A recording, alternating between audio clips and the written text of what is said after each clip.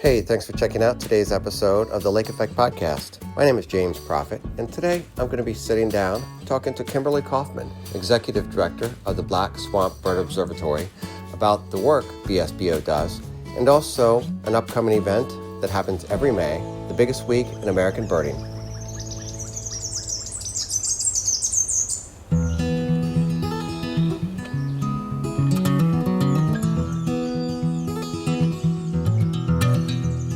Hey, Kimberly, thank you for meeting me today. Hey, James, I'm thrilled to be part of your podcast. And you are the big boss at Black Swamp Bird Observatory, is that correct? I'm the head cheerleader, for sure. Okay, well, that's a good job. That's a big job. What is BSBO? Well, Black Swamp Bird Observatory, on paper, is a nonprofit organization. We were founded in 1992 by a group of scientists that were studying bird migration. But in practice, what we are is one of the most effective nonprofits doing work to connect people with the joy of birds and birding, Okay. and help them understand their role in habitat conservation. When did you begin? A long time ago. I've been with the Bird Observatory for more than 25 years. Okay. So I wasn't one of the founding members, but very close to that. Okay. I understand your husband knows a little bit about birds also? Yeah, he's coming along. His knowledge. Yeah, Ken. My husband Ken is one of the world's leading bird experts. He's traveled all over the world to every continent, written more than a dozen books, and he's an incredible bird artist. And if you can't tell, I really, really like that guy.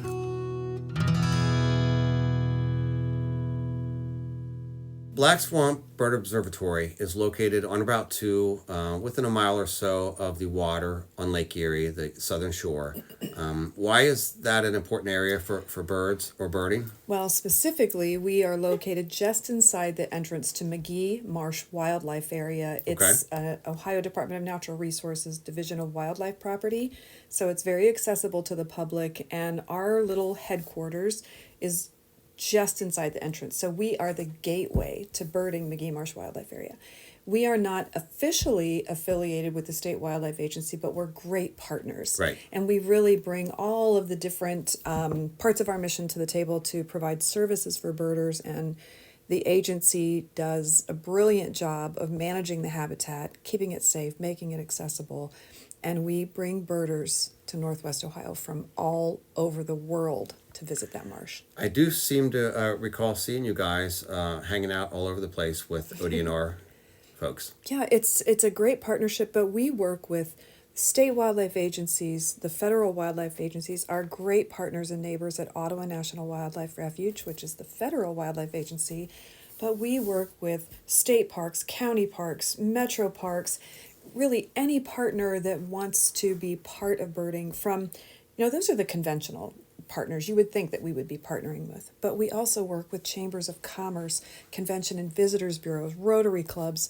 just doing everything we can to raise awareness of the value of habitat conservation from an economic standpoint and a biological standpoint. When you say habitat conservation in our neck of the woods, is that mostly marsh related or wetlands related, or are there other things going on? Oh, our office is located on the edge of this incredible marsh, but all of the habitats that birds need, from grassland birds to water birds, the migratory songbirds that when they're passing through here, what they're looking for, the prime habitat for those birds, is wooded habitat right on the lakeshore. Okay. So it really encompasses all of the different kinds of habitats that we're very fortunate to have in Northwest Ohio.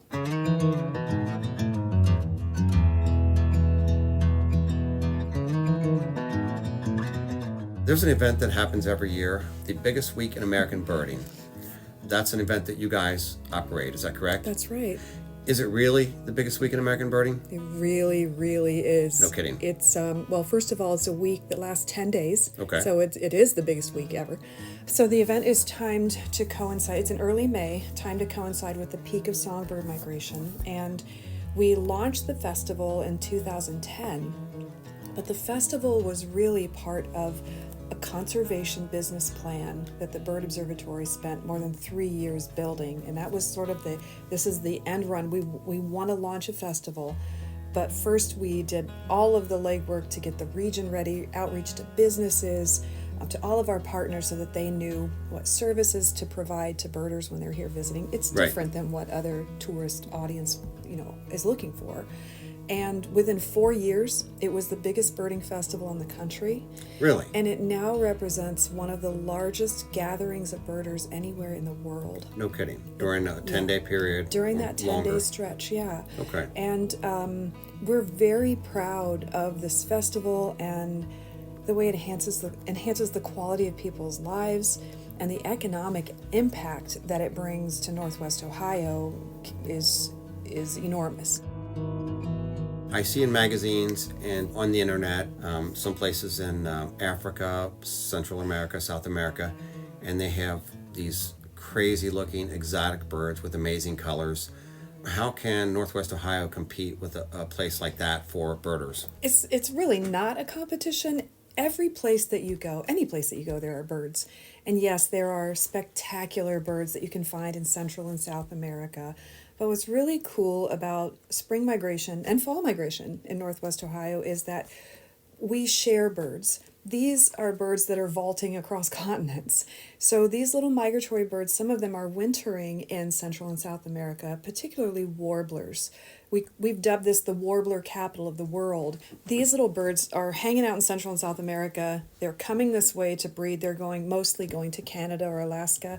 So they really bring all of us together because there are birds during spring and fall migration, but during the winter, they belong to the people of Central and South America. And also, just even, this is what's so great, James. One of the things I love most about the Biggest Week is that people are visiting here literally from all over the world. Every Right. continent has been represented now in registration. We had someone register from Antarctica this year. Really? So every continent now It's like a represented. scientist from one of the stations? Yeah, absolutely. And, I'll be standing at our office at McGee Marsh when people from Australia or Japan or New Zealand or Peru come into our office, and when they see a northern cardinal, a bird that's in our life every day, their minds are blown at the beauty of this bird, or a plain old cardinal? or a red-winged blackbird. It's birds that they've never seen Right. that we are so fortunate to have here. So the birds that we have in Northwest Ohio are worthy of celebrating too. Are they as spectacular as a resplendent quetzal? Maybe not, but we have really great birds here too. Is it just held at McGee Marsh, or is it No, bigger? It's really a very decentralized event, and that's by strategy, that's by design. We leverage the incredible birding experience of the boardwalk at McGee Marsh Wildlife Area. We've really built this into one of the most iconic birding destinations on the continent. Throughout the festival, we have accessible field trips every day. Last year, we had one of our keynotes was a blind birder. Really? He's been blind since birth, and he enjoys birds so much, just birding by sound. We have field trips every day that no matter how you enjoy birding, whether it's from a wheelchair, with your ears by the sounds of birds, or with a camera, there's truly something every day that welcomes everyone into the birding community. But say, for instance, someone goes out to the boardwalk, there's a bunch of birds around, but they don't know what they are. How will they know what they're looking at? This event does so much. There are so many things we could focus on, but the real beauty of it is that it brings people together from all over the world and unifies them from this common love of birds and birding. And there's not that many things that bring that many people together that unify us that way. You can go out to the boardwalk at McGee Marsh or a lot of the other birding places from Port Clinton to Toledo, metro parks, county parks, state parks, and the birders that are here are so knowledgeable and so friendly. And when you think about it, James, it makes sense. It's in our human nature that if we find something beautiful or exciting, you want to share it with somebody. You want to show them or tell them about it. And birding is no different. So you'll have crowds of people out there who are so excited, hardly any birds get missed because there are so many eyes and ears out there looking for birds and sharing them with people. You'll see people out there that don't even have binoculars on the McGee Marsh boardwalk, and the birds are so close, so confiding, so accessible, and oblivious to people. All these birds are trying to do is eat and get across that lake to their nesting grounds. So it's the perfect opportunity to come out and experience birding in this fun and positive and unintimidating way.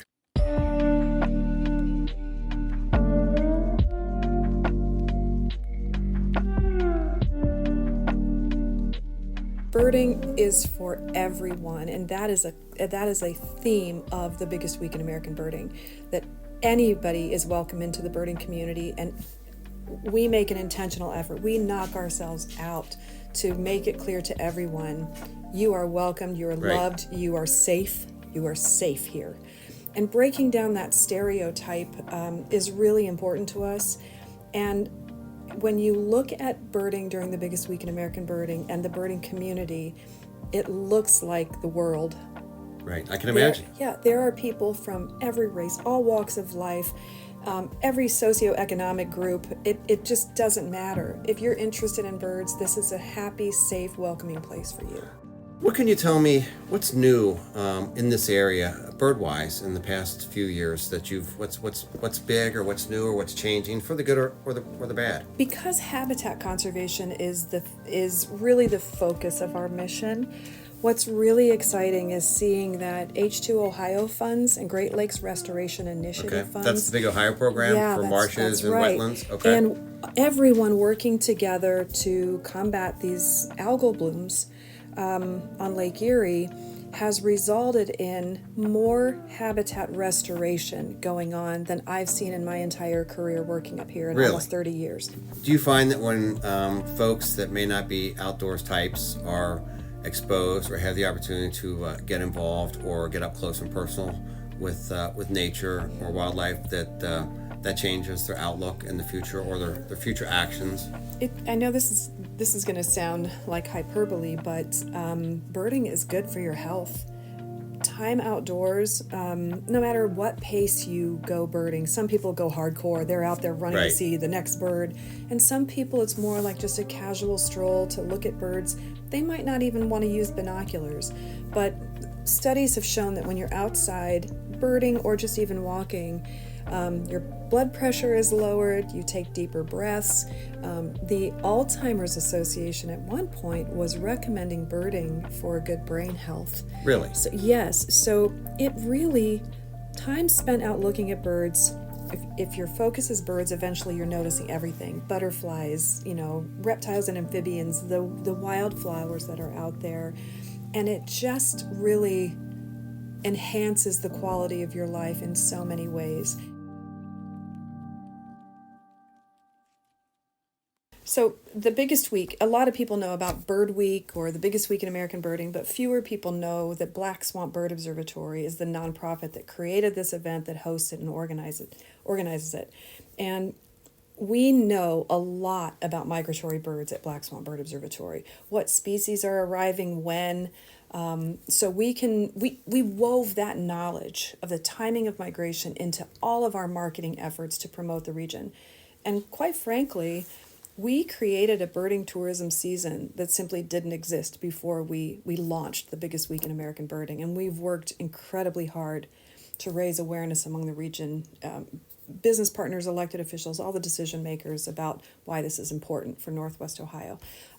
More than 350 bird species have been documented in the region. No kidding. Yeah, but in spring, and that's how important the region is for all kinds of different birds. But in spring, and again, there's many, many different types of birds that come through, from shorebirds to raptors and waterfowl, but warblers. This is a family of birds that are very tiny. They're very colorful. They sing really interesting songs. And there's if you work really hard during spring migration, you can see 37 different species, from magnolia warblers or Blackburnian warblers, black and white warblers, black-throated blue, American redstart. They have really interesting names too. But what we know is that there's a very predictable pattern to migration, and this is something the Bird Observatory really pioneered in this region. We know that early on, the yellow-rumped warblers and palm warblers are coming through. Then in the second wave and the third wave, there are different species coming. So we can say to a birder, if you really want to see a black-throated blue warbler or a Connecticut warbler, this is when you should call in sick and get up to the lakeshore. And we can watch weather patterns and say, okay, this is a good southwest wind. The conditions are right.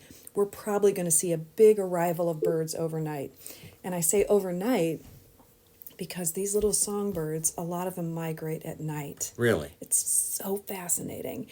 So if humans could fly, we could migrate the way that ducks and geese do, because the adults show the young the way and they migrate during the day using visual landmarks. But it becomes so much harder to wrap your brain around when you talk about songbirds. So many of these little warblers are going to hatch out in Canada and Alaska. Some of them clear up in the Yukon Territory. And they instinctively know when to migrate and where to migrate to. The adults don't show. There are some theories, but I don't know that knows. anyone has really come up with a solid answer to that. It's just magic. That's what it is. It sounds that way. It's magic. And for some people, it's just really a spiritual thing, honestly. And these little birds we focus on spring migration, but in fall, what some of these songbirds do is just astonishing. There's a little warbler called a black pole warbler. These are way up up in the Yukon Territory, some of them nest. And some night, when the winds are right, that little bird just instinctively knows it's time to go. And they head south and then east. Lots of black pole warblers will come through Northwest Ohio, through our research station, big numbers. And migration is never just a straight north and south situation. These birds, it's much more complex than that. But these black pole warblers that weigh about what a ballpoint pen weighs, leave the nest, come through Northwest Ohio, and then turn sharply east. And when they hit the eastern seaboard, they'll double their body weight, and these tiny little birds will take off over the open ocean and be on the wing for 80 hours. 80 hours. Some of them going all the way to the tip of Brazil in a single flight. A bird that weighs about what a ballpoint pen weighs. And so the more you know about birds, it's not just that they're beautiful and they sing amazing songs. It's what they accomplish that just is so moving and inspiring, and it just keeps you going out there on this amazing treasure hunt.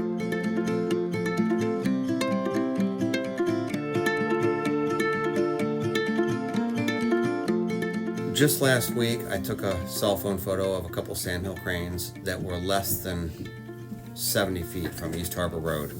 Is that something new? I've also heard about pelicans in the past decade or so, both of those birds. Is that something that's new to the area, or what can you tell me about new birds? Not exactly new, but coming back. Okay. Sandhill cranes were... That's a species that was really pretty much gone from Northwest Ohio. In other words, they'd been here previously, yes, exactly. That's a native species to Northwest Ohio, but just habitat loss, a lot of other issues. Those birds were pretty much gone from the area. How long ago? Do you know? Not so long ago. I mean, when I first started coming up here, in a relatively short time, 25 years ago, it was really unusual to see a sandhill crane in Northwest Ohio, in the western basin of Lake Erie, in this area. And now, that's another benefit of the wildlife agencies working really hard to bring those birds back to the area, and they are now breeding again in the Northwest Ohio marshes. And they're hard to miss, too, aren't they? They are. They're big, stately birds. The sound, I hope your listeners will just Google search sandhill crane call, and it's a sound of the wilderness. It's the most incredible. When you see a flock of sandhill cranes go over, it's incredible. But when you hear them, it just, I don't know, stirs your soul. What about pelicans? In the past decade or so, I feel like a lot of pelicans have been coming into more and more every year, maybe. So there had been historically some pelicans in the region. It's not a new species, but they were gone. They were completely gone from Lake Erie, from the Great Lakes. And now they have come roaring back. That's on their own. That's an expansion of their range coming back into this area. And I'm pretty sure that last year was the first confirmed breeding on islands in the U.S. Great Lakes. Yeah, and they're really prolific breeders. So we should see populations of American white pelicans continue to grow. And what an incredible sight it is for those massive birds. Yes, when they go overhead, big white birds, extensive black wingtips, you can't miss them. And it's really exciting to see them coming back. I read a few articles recently about declining duck populations in certain species here in the past year or so. Is this an important area for migrating waterfowl like ducks? It's important for so many different families of migratory birds, from waterfowl to shorebirds to songbirds and raptors. We have a bottleneck here where a lot of birds are concentrated Why is into because of the habitat. And Okay. if you look at how habitat has disappeared, and there are a lot of factors in it, James, from the topography of land that kind of funnels birds into this region, but the habitat plays a huge role in it. For songbirds, migratory songbirds, those birds, when they hit the lakeshore, they're not like waterfowl. They don't swim and they don't even float. So if you weigh less than an ounce, which most of these little songbirds do, Just like a nickel. yeah, Or less. it's less than most ballpoint pens. These birds are reluctant to cross any large body of water before they rest and refuel. Most of them are eating insects. And then once they build up those fat reserves, then they power across the lake. So these marshes, the wooded areas on the lakeshore are really critical. We benefit greatly financially, we benefit greatly from this asset, that bringing all these birders here, and not just birders, but waterfowl hunters.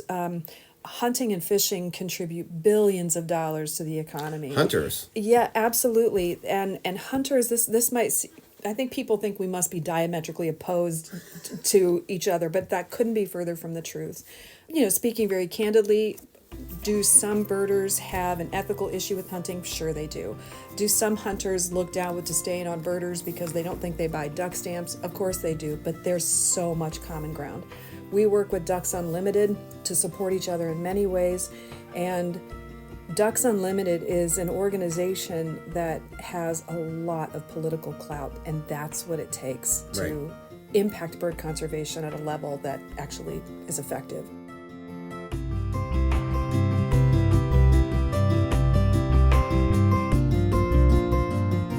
Kimberly, thank you so much for meeting with me today and talking about the biggest week in American birding. I certainly appreciate it, and I've learned a lot, and hopefully one day, young lady, I will see you somewhere around the lake. We better. Yeah, come out and join us, James. Thank you so much.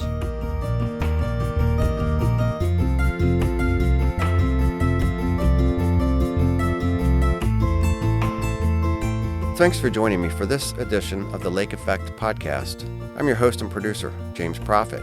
Our executive producer is Chris Pfeiffer. To hear more, go to wgte.org/lake effect. And I hope to see you somewhere around the lake.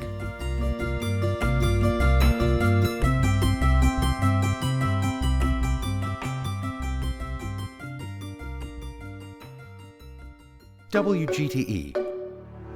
Voices around us. WGTE is supported in part by the American Rescue Plan Act funds allocated by the City of Toledo and the Lucas County Commissioners and administered by the Arts Commission.